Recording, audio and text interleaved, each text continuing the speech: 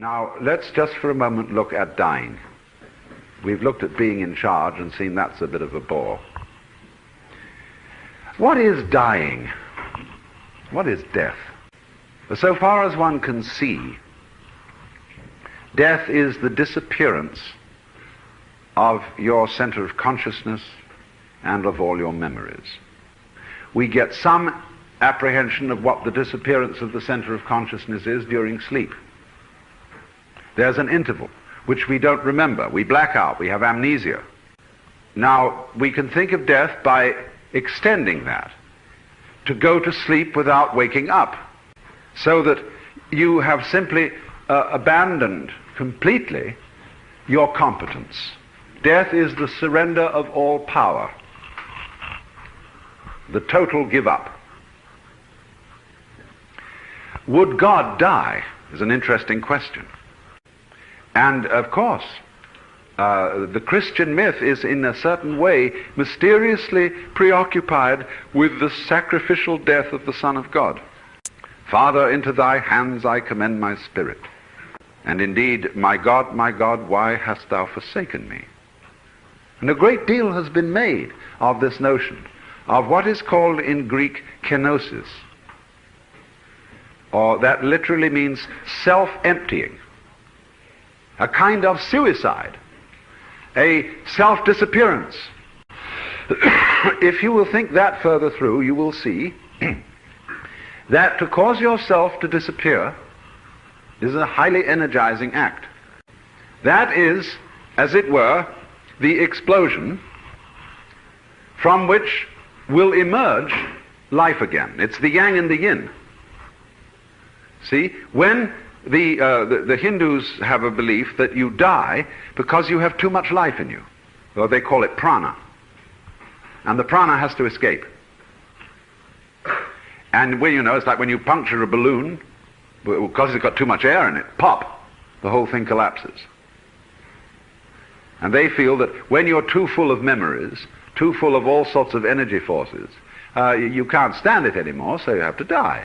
Pop.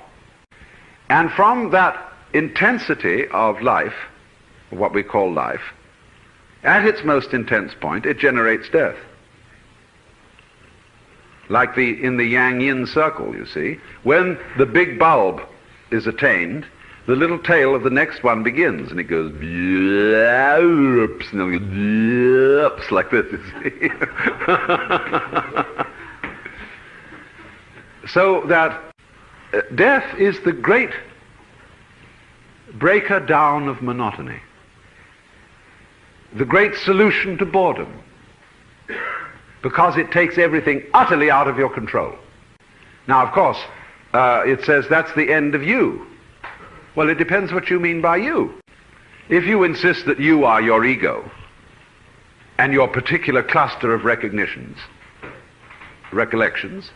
that is the end of you, if that's what you mean by you. But as I was illustrating last night by the analogy of the Big Bang, where you throw the paint at the wall and it splatters all over the place and you can see it as one big blot, and you are just as much the center of it as anything on the outside, you can see that that's not the end of you. You are this cosmic system which feels itself wherever there is an organization complex enough to have that sensation. You feel that you are you in exactly the same way I feel I am I,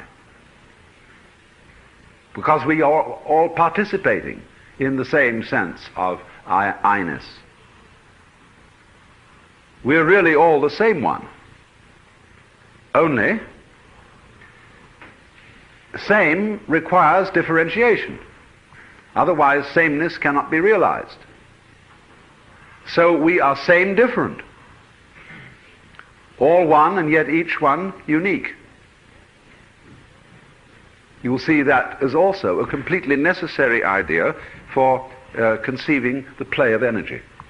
So to the degree, in other words, that you are willing to give up, see, it goes back to the abdication of the monarch, constitutional situation. To the degree that you are willing to give up control, i.e. to die, the more actual vitality you have. And so one of the great things that every liberated person realizes is a sudden sense of responsibility being lifted from his shoulders. And his body becomes, in sensation, very light. As I quoted from Suzuki, enlightenment is everyday experience, just like it, except about 2 inches off the ground. Notice, you can tell whether people feel this way by watching them walk. The Zen poem says, "Entering the forest, he does not disturb a blade of grass. Entering the water, he does not make a ripple." So that is the lightness, the sudden that comes through being dead.